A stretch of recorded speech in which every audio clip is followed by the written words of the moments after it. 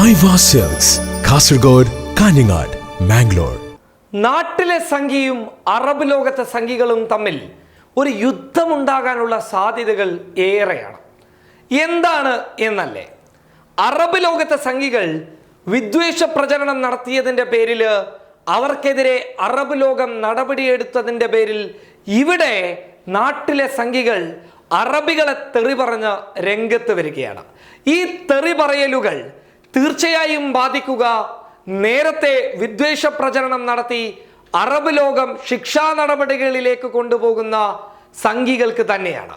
അഥവാ അവിടെ നേരത്തെ വിദ്വേഷ പ്രചരണം നടത്തി പിടികൂടാതെ നിൽക്കുന്ന സംഘികൾക്ക് തന്നെയാണ്. നാട്ടിൽ അറബികളെ തെറി പറയുന്ന സംഘികൾക്കെതിരെ നടപടികൾ എടുക്കാൻ അറബികൾക്ക് വഴികളൊന്നും ഇല്ലാത്തത് കൊണ്ട് തന്നെ അവിടെയുള്ള നേരത്തെ വിദ്വേഷം പറഞ്ഞ സംഘികൾക്കെതിരെ ഈ പ്രശ്നത്തിൽ കൂടി നടപടിയെടുത്ത് മുന്നോട്ട് പോകാനുള്ള തീരുമാനത്തിൽ അറബികൾ ഉറച്ചു നിൽക്കുമ്പോൾ നാട്ടിലുള്ള സംഘികളോട് അറബ് ലോകത്തെ സംഘികൾക്ക് ഇത്തിരി ദേഷ്യമുണ്ട് എന്ന് പറയുന്നതിൽ ഒരു തെറ്റുമില്ല എന്നത് തന്നെയാണ് അർത്ഥമുള്ളത്. അതേ സ്ഥാനത്തേക്ക് വീണ്ടും നാട്ടിൽ നിന്ന് ഇത്തിരി തീ കൂട്ടി എത്തിയിരിക്കുകയാണ് UP മുഖ്യമന്ത്രിയായിട്ടുള്ള യോഗി ആദിത്യനാഥ്.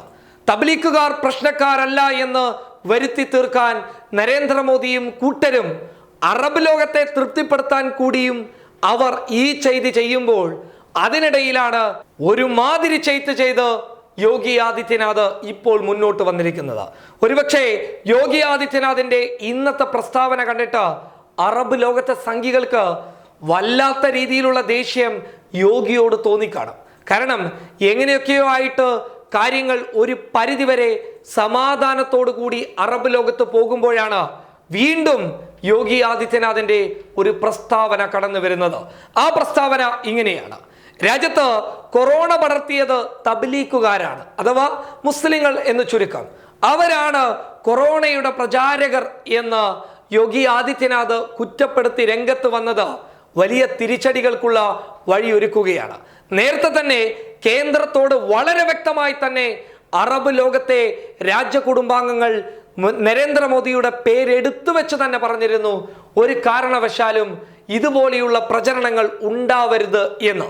എന്നാൽ ഇപ്പോൾ യോഗി ആദിത്യനാഥ് തന്നെ തബ്ലീഗുകാരെ കുറ്റപ്പെടുത്തി വന്നതോടുകൂടി നരേന്ദ്രമോദി അറബ് ലോകത്തിന്റെ വാക്ക് കേൾക്കാൻ തയ്യാറായില്ല എന്ന കുറ്റപ്പെടുത്തലുകളും ഭീഷണികളും അറബ് ലോകത്ത് വരാനുള്ള സാധ്യതകൾ ഏറെയാണ്. ഷെയ്ഖ് ഹിന്ദ് ബിന്ത് ഫൈസൽ അൽ കാസിമി ഇന്ത്യയിൽ നടക്കുന്ന ഓരോ കാര്യങ്ങളും വളരെ വ്യക്തമായി വീക്ഷിച്ചു കൊണ്ടിരിക്കുന്ന ഈ സമയത്ത് യോഗി ആദിത്യനാഥിന്റെ ഈ പുതിയ പ്രസ്താവന തിരിച്ചടികൾക്കുള്ള ഒരു പുതിയ വഴി തുറന്നു വെച്ചിരിക്കുകയാണ്. News desk public Kerala.